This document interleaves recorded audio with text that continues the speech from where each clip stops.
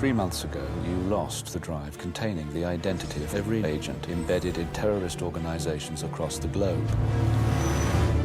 007 reporting for duty. Where the hell have you been? Enjoying death.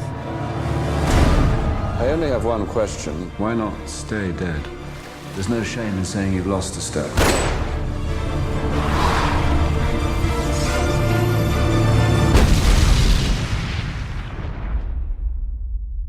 They weren't targeting her.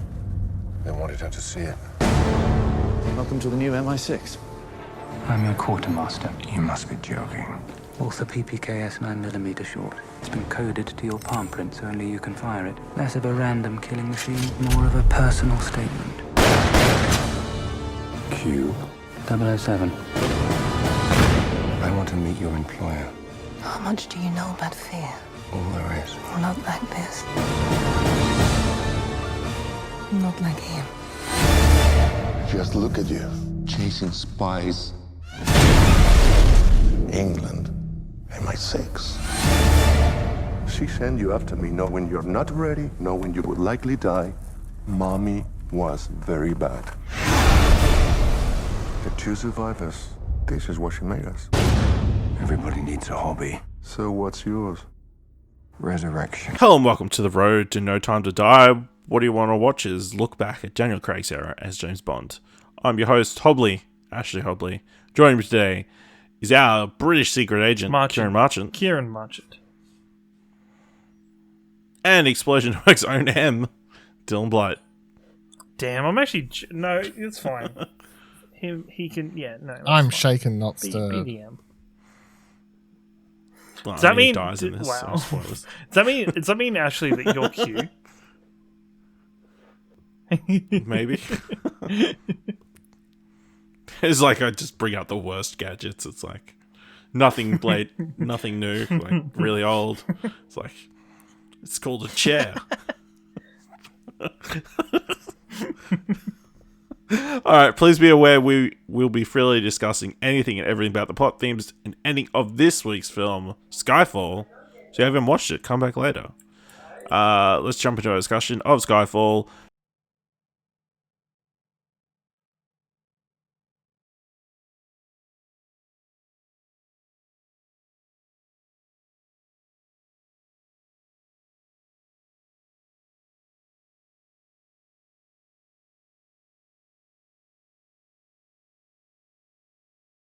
Directed by Sam Mendes, written by Neal Purvis, Robert Wade, John Logan, based on James Bond by Ian Fleming, starring Daniel Craig, Javier Bardem, Ray Fiennes, Naomie Harris, Bérénice Marlohe, Albert Finney, Ben Whishaw, and Judi Dench.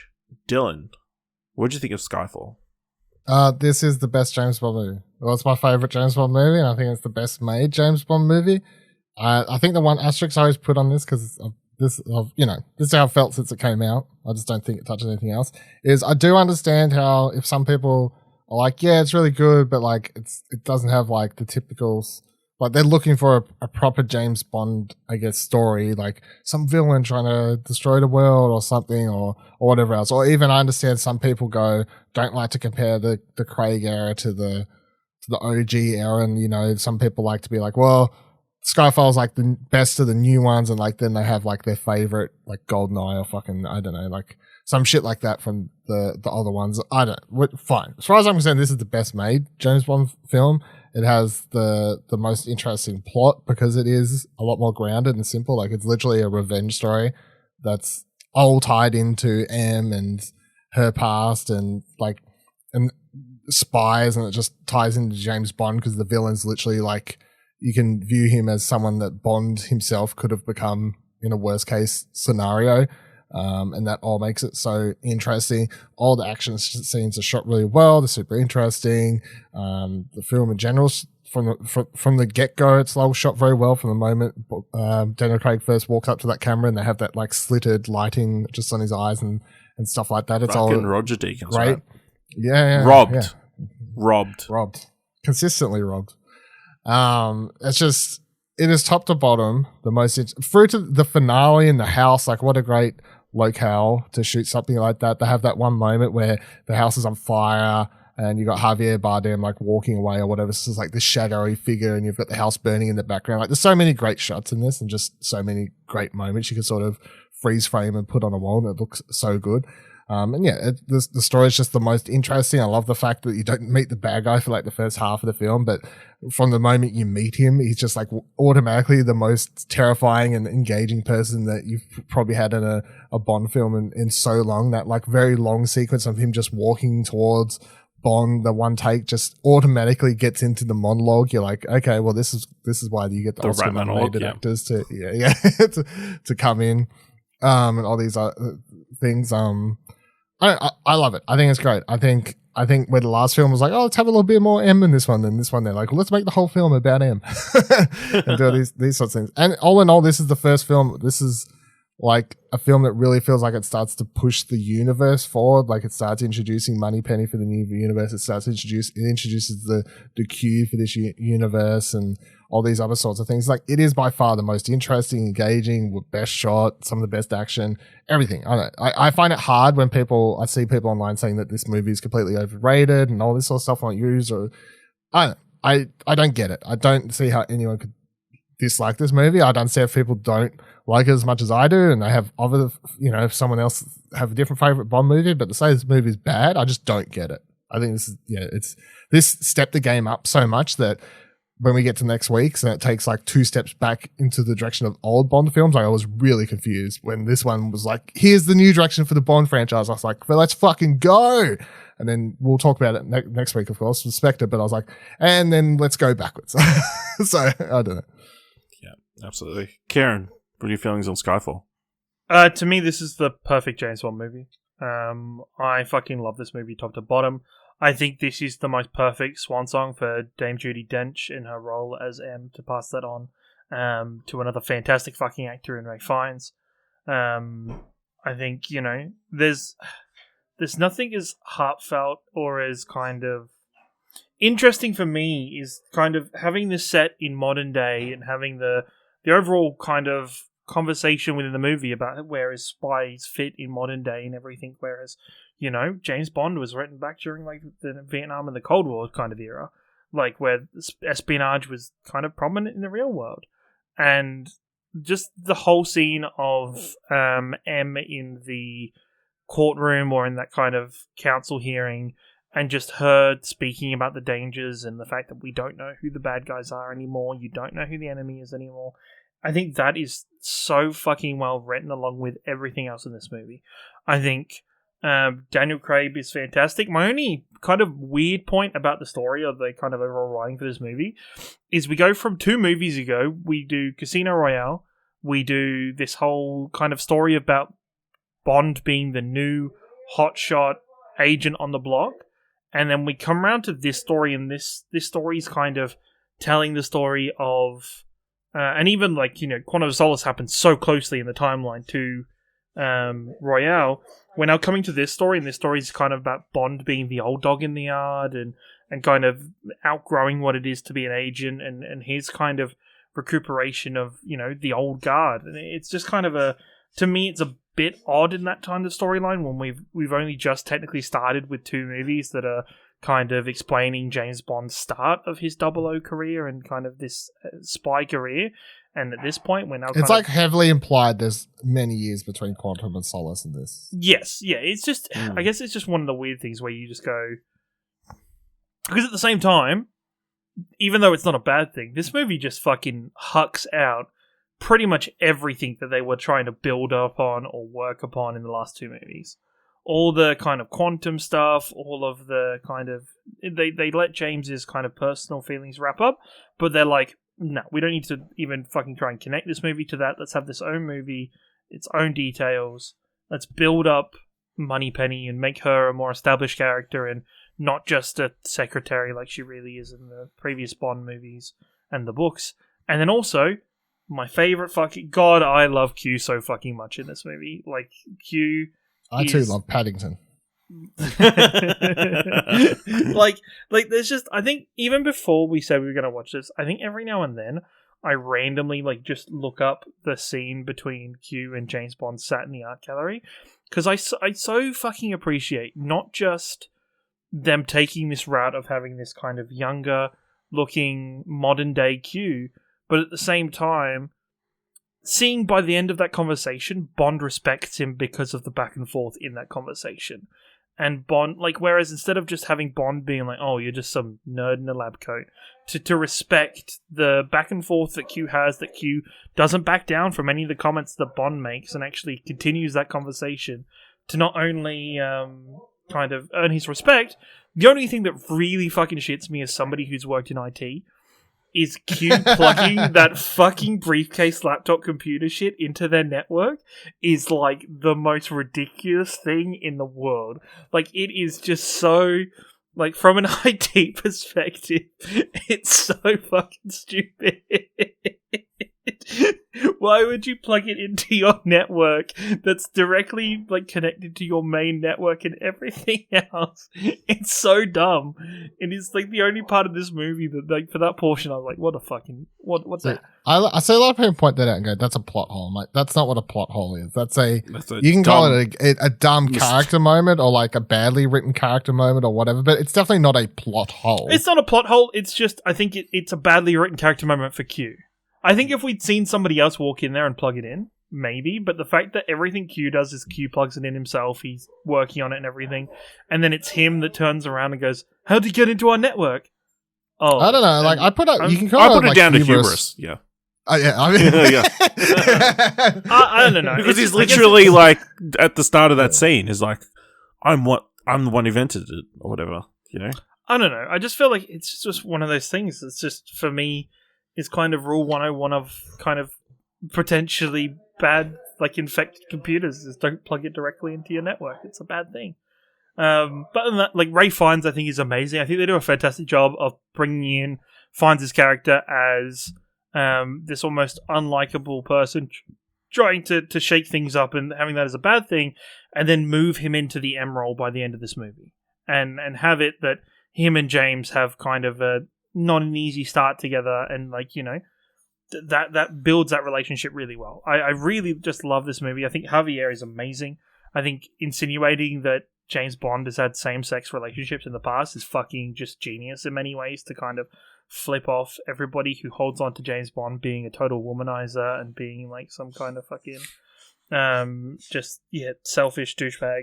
I remember when this came out, people online were like, oh man, it's crazy that it's great to see. Or, like, there was two arguments of, like, oh, it was good that they had, like, a gay character in a Bond film, but then they're like, oh, but of course he was the villain, and you had this whole back forth. But then there was like a third group of people who were like, he ain't gay.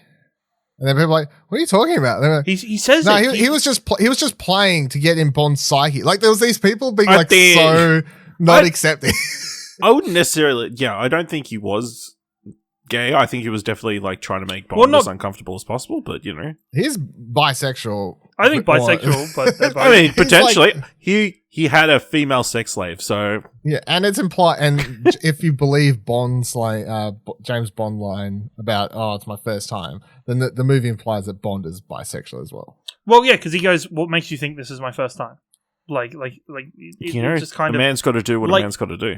But that's the thing, right? That's the meta commentary of, you know, that's almost not line just being said to Javier, but it's being said to the audience as a whole as well, and to critics that are trying to cling on to what James Bond used to be and not move along with the times and move along with what this new version of Bond is. I reckon any 21st century character who you're going to write as like sort of a sex stud or whatever you're going to call it, they better be bisexual, or else you're writing them wrong. Like, you better make sure those characters swing both ways. But I think, yeah, overall, this movie is shot so like, this set is, like, the shots in this movie are stunning all the way through. Yeah, I think it's exciting the whole time. I was really happy of having a full-length James Bond movie again, and not just the 90 minutes that was Quantum of Solace. Yeah, I can't say enough good things about this movie. Yeah, I agree. It's a fantastic James Bond film. I don't know if it's the greatest, like, obviously. Whoa. No, I don't think it's like the quintessential James Bond movie, you know?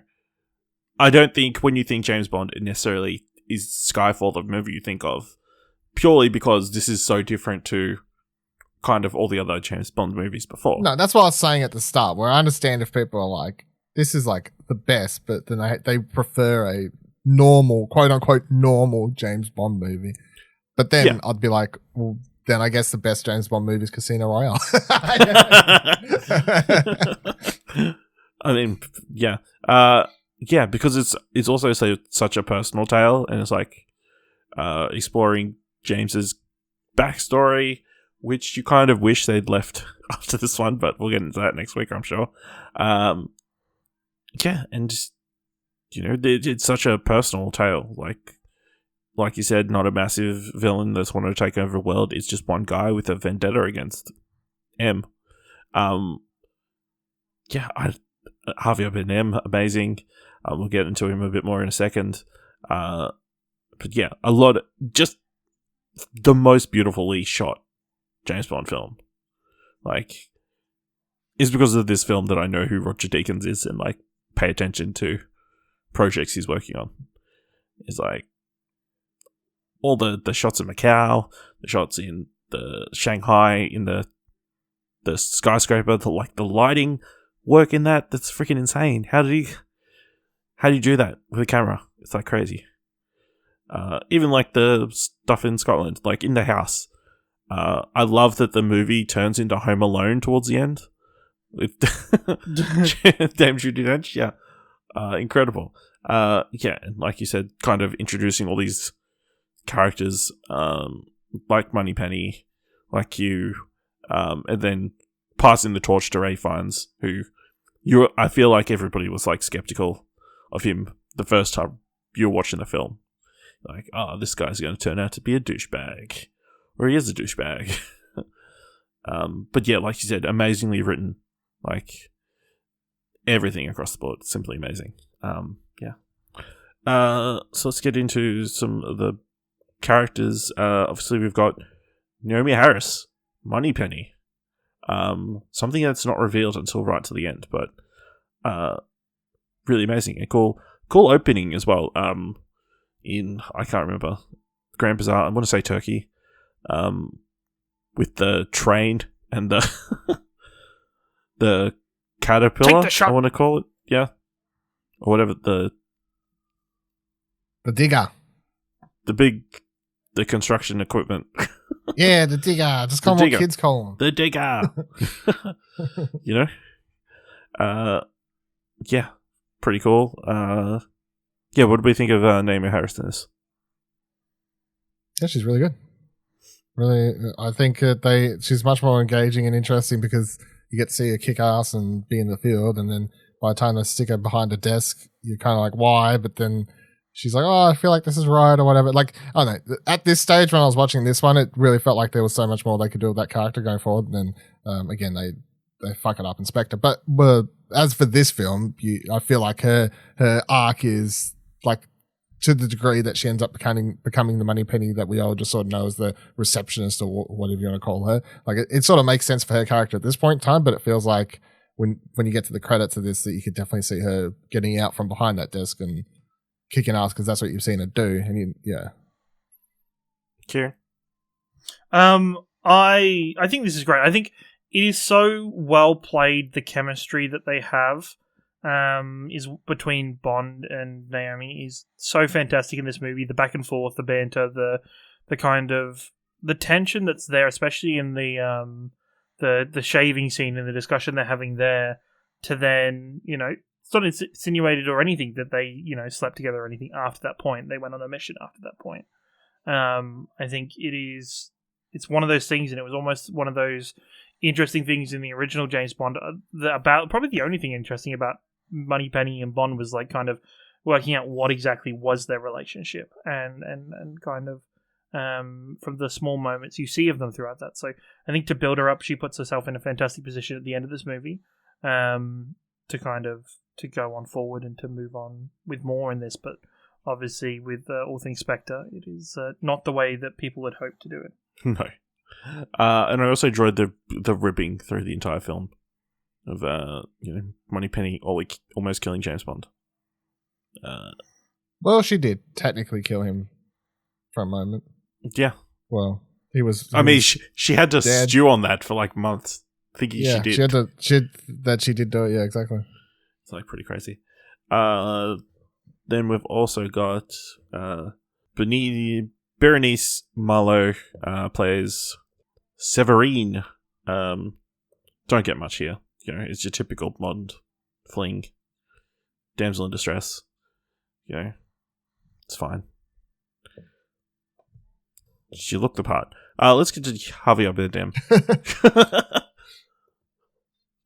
Freaking amazing. Since the moment he walks in, that rat speech, I forgot about it. It's like you got to enjoy that speech all over again. You know, it's just perfectly framed as well. From him all the other way at the end of the hall, just walking slowly down. Amazing. You haven't watched No Country for Men? Yeah, I've watched No Country for Men. Okay, I was about to say, because I don't know if it's confirmed anywhere, but I feel like this movie was written for him, based off him like giving a speech in, or like the way he sort of acts in No Country. I feel like that. I definitely just feel like the role was written for him, and if they didn't get him, then he would have had someone else sort of acting in his shadow. It would have been one of those sorts of things. Yeah, absolutely.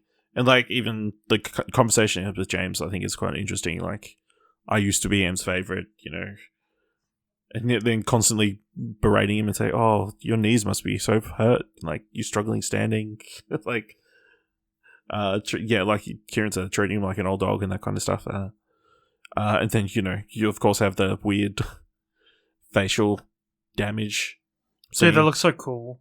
I remember being absolutely horrified. It still looks pretty good. It's like still terrible to look at. Yeah, so pretty solid digital effects. Even his descent into madness in the final kind of scenes of this movie, with him kind of wanting M to kill herself, but him at the same time and stuff like that, was like, that shit's just messed up and estranged in so many ways. It is. He's got mommy issues.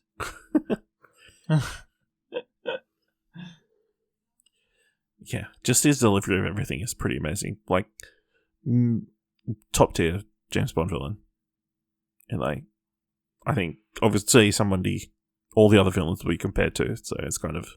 Especially when we come from, Mr. Green from Quantum of Solace to this, it's like, this is just in a whole different universe, this kind of style of villain and acting from performance in general compared to what we got in Quantum of Solace and how kind of watered down and meh that really was. And the best thing is, he's one of those villains where you're like, you are the bad guy and you understand he's the bad guy and you want him to be stopped, but you also understand how and why he's got to the stage he's at. So it's not like you're rooting for the bad guy to win, but you at least understand why. In this movie, and I think there are some similarities in the storyline. I compare him a lot to Heath Ledger's Joker. I think there's, in many ways, a lot of similarities, other than, Joker being complete chaos and him having a purpose for what he's doing. But I think in many ways, just how captivating he is when he's talking, the whole performance of him being captured and the kind of the delivery of the interrogation afterwards and everything. I think for me, there is comparison between the two. But yeah, I think it's a fantastic way, and it's very much a masterclass of not only how to write a villain, but for actors who are taking on the roles of villains, how to embody that role and kind of take on those kind of projects. Yeah, absolutely. Daniel Craig's been very lucky to be up against like some pretty high profile villains, like actor-wise, like pretty critically acclaimed people, because everybody loves a villain. Am I right? Anything else? Obviously, I guess the other thing is obviously, as good as this was, obviously it was, it came out the 50th anniversary of James Bond. I'm sure we all thought when he went to Skyfall, Albert Finney's character was meant to be played by Sean Connery initially. Is that your guys' read on that character?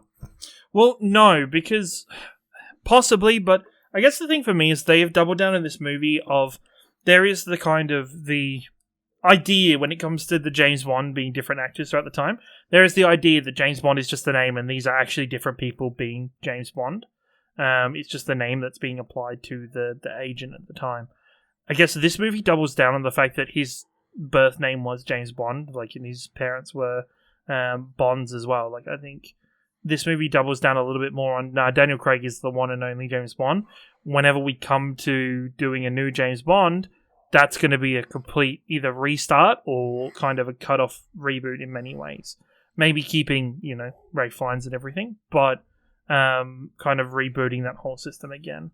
Well, we already have the thing where in No Time to Die, apparently, what's her face is 007 because he's retired. The Lashana Lynch, yeah. Yeah, and people were getting shitty about that, saying, "Oh, they've recast Bond to be a black woman now." Oh no, it's like, well, like if he's retired and it's simply it's someone taking up the mantle of 007 isn't a ridiculous concept. So I don't know if they want to continue the universe with Daniel Craig retiring. You're going to have to live in a world where someone else is. You're not going to have Bond in it anymore. You're just going to have someone else playing. Why wouldn't you have Bond in it? You could. Well, I'm saying if they want to continue the universe. I don't know if they do want to do. I don't know. It all relies on that film and how that film ends. On that film sets up.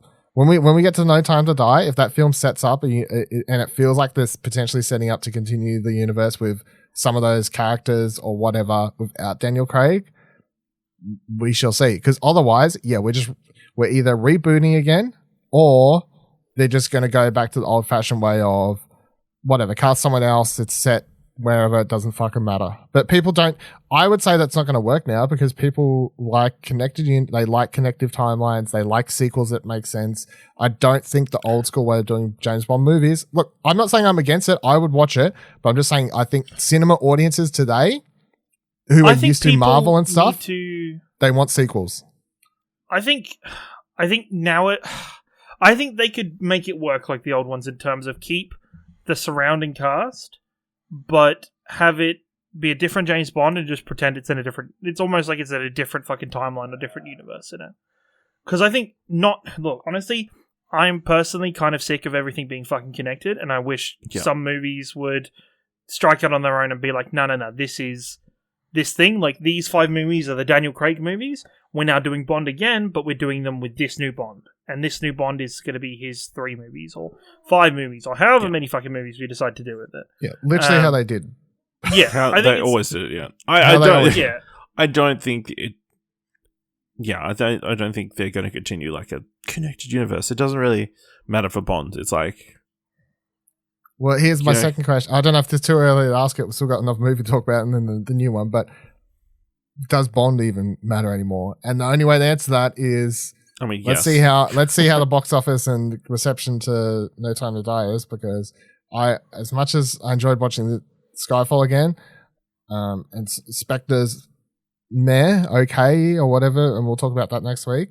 And I'm really excited for No Time to Die. I also just I personally don't feel like James Bond is a character that is and holds as much love for like younger people or current cinema going audience as a lot of other franchises. No, I think it's like Hamlet. You can that character can be played a bunch of different ways. I think you just need to find the right actor to do it slightly different. It's like it's like Bond, like Daniel Craig's Bond is not the super suave spy that we've had previously, like the Pierce Brosnan type. You see him wearing disguises and stuff. That kind of thing, He's not always in the suit. And like, if you look through the original Bond books, there was never heaps of through lines. There was a little bit, but even in the books, it was very almost serialized that each book could stand on its own. Like, you could pick up a book, read a book without having to, and get the whole I'd say you could watch Skyfall without watching any James Bond movie before. I think up until recently, you could do that.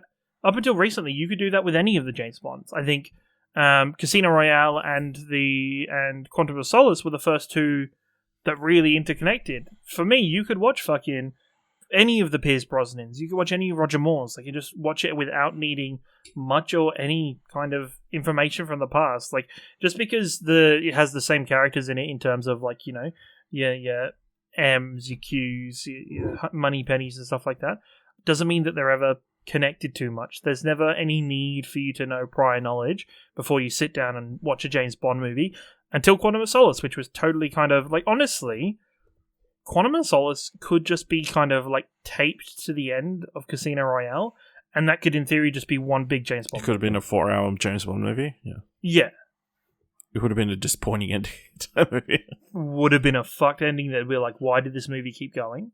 But yeah, in theory, or it could have even been like Casino Royale Part 1 and Part 2. Like, really, with how it's set up and everything. Absolutely. Anything else we want to discuss about Skyfall? It's really good. It's fantastic. People, if for some reason you're listening to this podcast and you're like, oh, I just want to listen to these idiots talk about it, but I don't want to watch it. What? Shut up and go watch it. I mean, yeah. Like, just go watch it, please. Do yourself a favor. There's not much else better you could be watching right now that kind of reached to this height and this level. I guess the other thing to discuss is the amount of brain work it went into Silva's plan to get M to where she was in that spot. The what spot? He wanted to kill her in the whatever. Oh, the meeting church or whatever. No. Well, the meeting. Yeah, okay. At the meeting, like, I guess that planning to. Well, I think he's very egotistical. He wanted the showboating of the first couple sets of just absolutely fucking with M and kind of ruining her mentally. He wanted the egotistical moment of purposely almost getting caught, fucking with her in person, and then escaping to come and kill her in a space where she would think she was safe. I think he everything was to him was a very much a big show, a big event, and a big show and tell of everything. It wasn't just, honestly, the guy could at any moment have just knocked on her door and shot her, like, realistically. But one villain, man. Absolutely. Two other things. I love the guy getting murdered by a Komodo dragon in the middle of a casino. It's pretty cool. I forgot about that, and I was like, wow. Everybody's just standing around watching. Nobody's screaming for help or anything. I just assume that it has to be like a Star Wars reference. Yeah, could be. Yeah. And then, Javier Bardem just sets off a train to try and kill James Bond. Yep. Okay. How he prepared to have dynamite right there in that one spot, don't know. Bad guy. That's cool. Entire train. All right. Skyfall, of course, had the signature song Skyfall performed by Adele. Opening credits to this one really cool as well. Tying into him falling in the water and then like being pulled, and then the Skyfall thing, the Skyfall motif that nobody knew what it actually meant, like until they come to Skyfall. But catchy song. Adele's really good. I mean, it's just a memorable song. Like, I feel like it was more played everywhere than any other Bond song, at least in Daniel Craig's era. So, in our rankings of James Bond songs, it's Skyfall by Adele, Chris Cornell, number 2. Jack White, Alicia Keys, number 3. Actually, Dylan disagrees with that. This is my number 1. Okay. Yeah. I think it's in part with how much I like the movie, and I do generally like the song as well, and it's simple and catchy. And then, as you were saying, it was like heavily played around a lot, be that radio and TV or whatever else. Like, you heard it a lot, and I didn't get sick of it. So, I even listened to it a lot, like in the lead up to, and then after this movie's release. I remember listening to this one quite a lot, and I listened to this more than others because this was the James Bond movie I think I grabbed onto the most out of the 3, where I was like, oh wow, I'm fucking all aboard this new direction for the Bond franchise. Fuck yeah, let's go. And then that made me like the song more. So yeah, I definitely have this as number 1. Ciaran, what's your number 2 and 3 though, Dylan? If people aren't catching. My number 2 was whatever that song's called by Jack White. What's that called? Good to know that you remembered all. Quantum of Solace. Number 3 was that was like Another Day to Die, I think. Another Day to Die. Yeah, that was it. Another Day to Die. And number 3 was that other one. I've already forgot.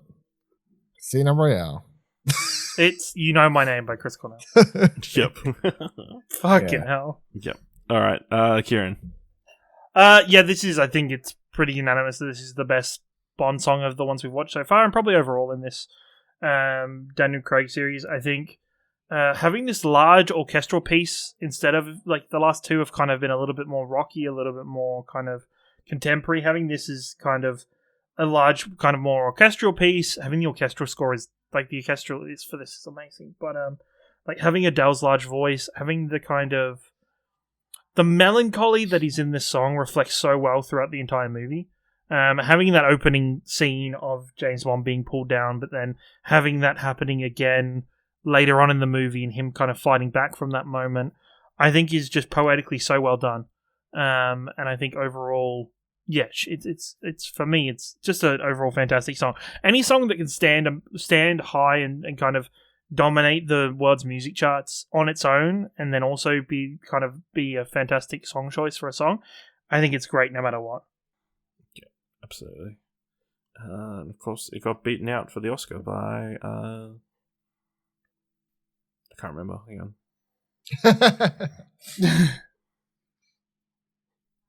No, it won. My mistake. I didn't get beaten at all. What could you? I thought it lost. But no, won the Academy Award. So, you know, first Bond song to do that. So, alright, let's know what you thought of Skyfall by letting us know on Twitter at explosion.com/Twitter, or jump into Discord at explosion.com/Discord. Leave us a review on Apple Podcasts or Podchaser, or let people know about what you want to watch on Twitter.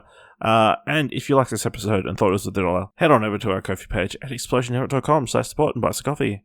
Thank you very much for listening, and until next time, keep watching stuff, I guess.